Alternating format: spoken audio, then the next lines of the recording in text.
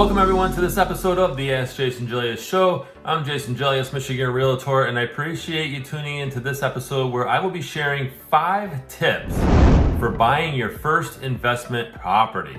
Now, I want to note that there are people out there, so-called experts, that will say, oh, you don't need money, you don't need anything, you can just get out there, get your feet wet, and get your first investment property.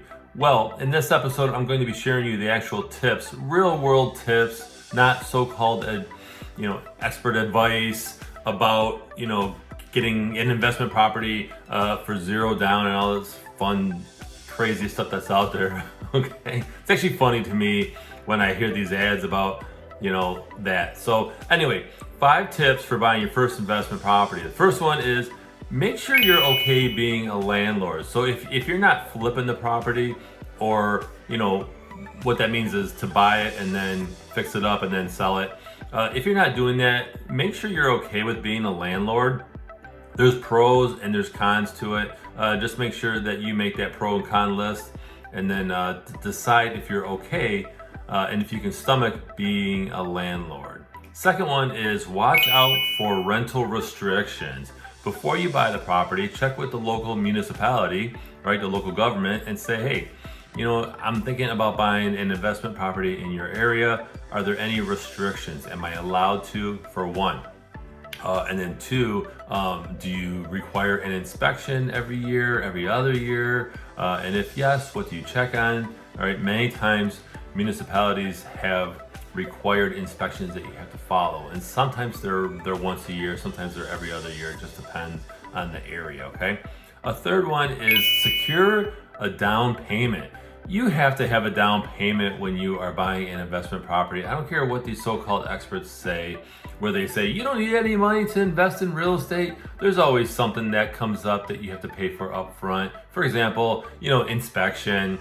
If the home is on a septic inspection field, right, for your waste, you gotta have a septic inspection. There's always something, right? If you want to get it appraised, if you're getting financing, you gotta get it appraised. There's upfront costs.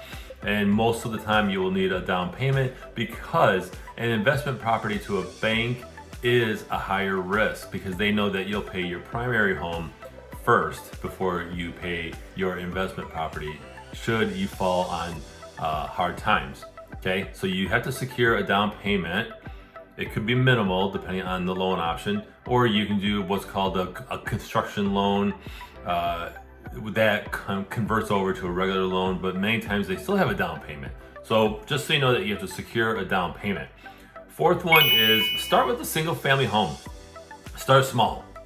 Don't go out and just get into multi-unit properties like apartments or duplexes and things like that. Try starting off with a single family home or condo, something cheap, right? That's in a good area for rentals if you're looking to rent, and just start with that single family home. And the 5th one is buy a rental with outdoor space if possible. Outdoor space is huge. Most people want outdoor space, whether they're renting or they're buying. You want to make sure that you buy a rental or investment property that has outdoor space. It will help you rent it faster and or sell it faster as well. So these are 5 tips on buying your first investment property. Share your thoughts in the comments. Did I miss one?